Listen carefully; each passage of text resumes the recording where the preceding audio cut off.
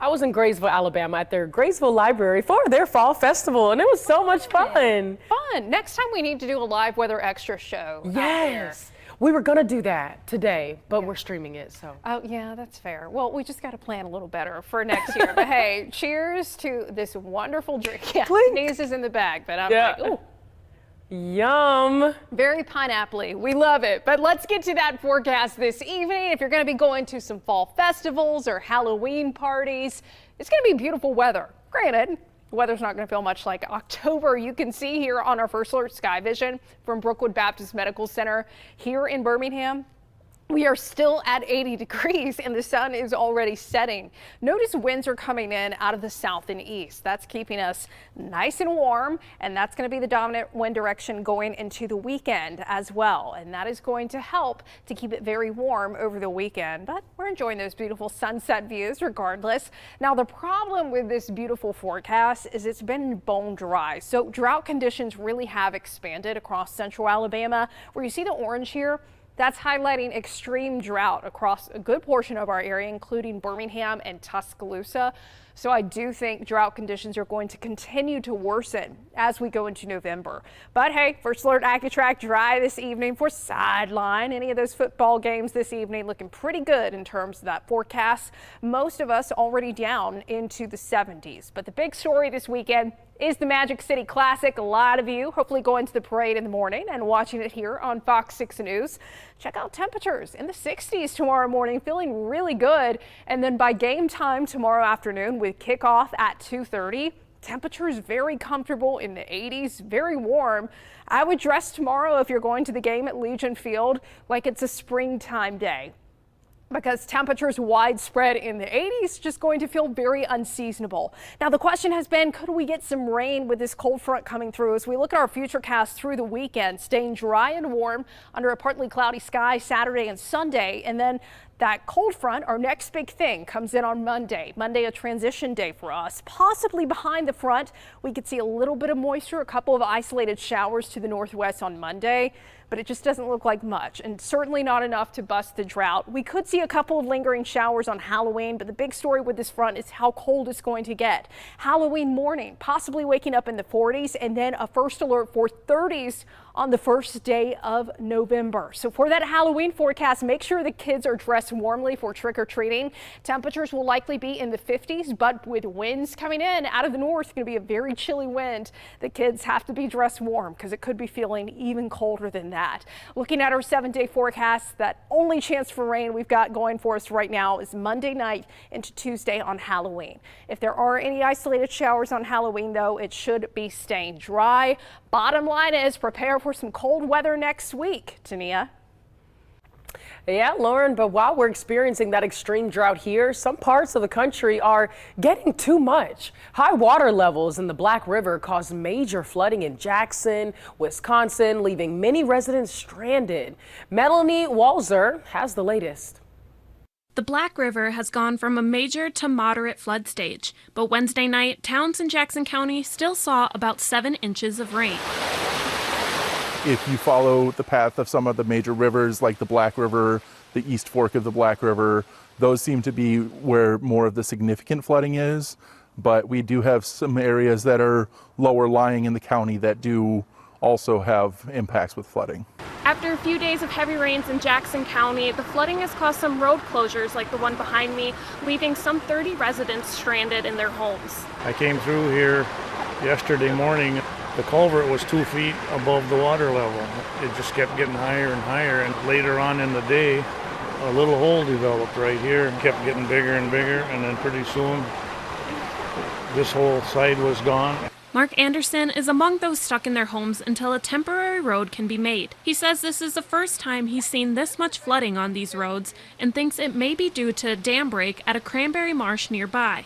We just flew a drone up there, and it looks like there may be a little bit of water that came from there that added to this problem and why the water came up so fast, but there's still a lot of water held back up there. City officials have been in contact with them and are working to gain access in case of an emergency. Everyone had been doing fine They have supplies to last them a couple of days, and then the City Point elected officials were working to get some of the emergency measures in so that they could get a temporary road or some kind of passable environment so that people could get out or in if need be. The Jackson County EMA is also warning residents to drive slow this weekend because the combination of those wet roads and cold temperatures could lead to black ice. Well, right here on First Alert Weather Extra, we'll be right back. We heard the first alert. Mom says we have to go. She says I don't have time to grab any more toys. Need to be in your tornado safe place. Get there right now as you have. We have to get to our safe place because sometimes when you hear the siren, it's too late. That's why she says knowing first is everything.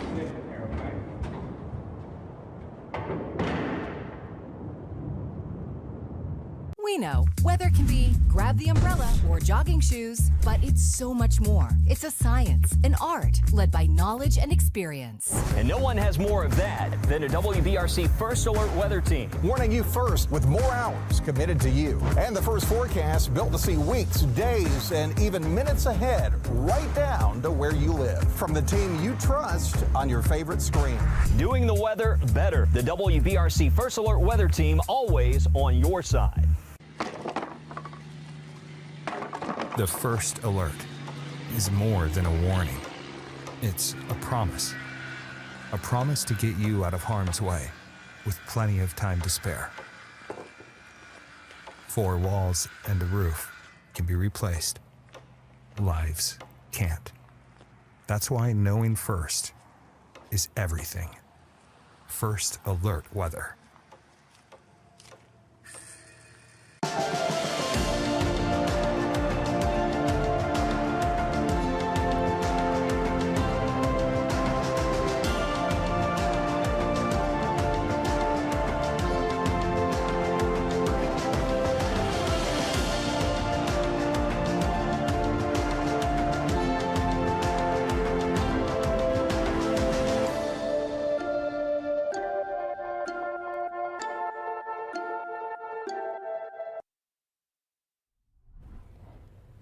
Welcome back to First Alert Weather Extra. I'm meteorologist Lauren Linehan. A father and son stuck in traffic got the surprise of a lifetime after being stuck in the path of a pop-up tornado. And the whole thing was caught on camera. Jeremy Roth has more.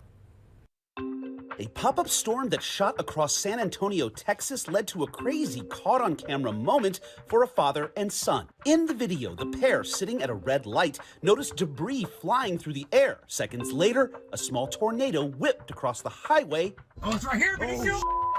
And headed straight for them. Oh, it's coming right at us, right? The traffic twister fizzled quickly and no injuries were reported, but some local property owners weren't as lucky as ripped roofs and downed trees were reported. Speaking of taking Texas by storm, take a look at a pint-sized popsicle purveyor who may be the youngest business owner in Texas. 3-year-old Merrick Gomez runs the M&M Palettes cart, slinging frozen tasty treats to Texans in Temple. His parents say the biz was born out of Merrick's penchant for pricey toys. Merrick is learning about setting goals and the value of $1 and already set his eyes on a prize. The Batmobile with the grappling hook. The big Batmobile with the grappling hook? Yeah. Oh yeah, I mean, you gotta have the grappling hook.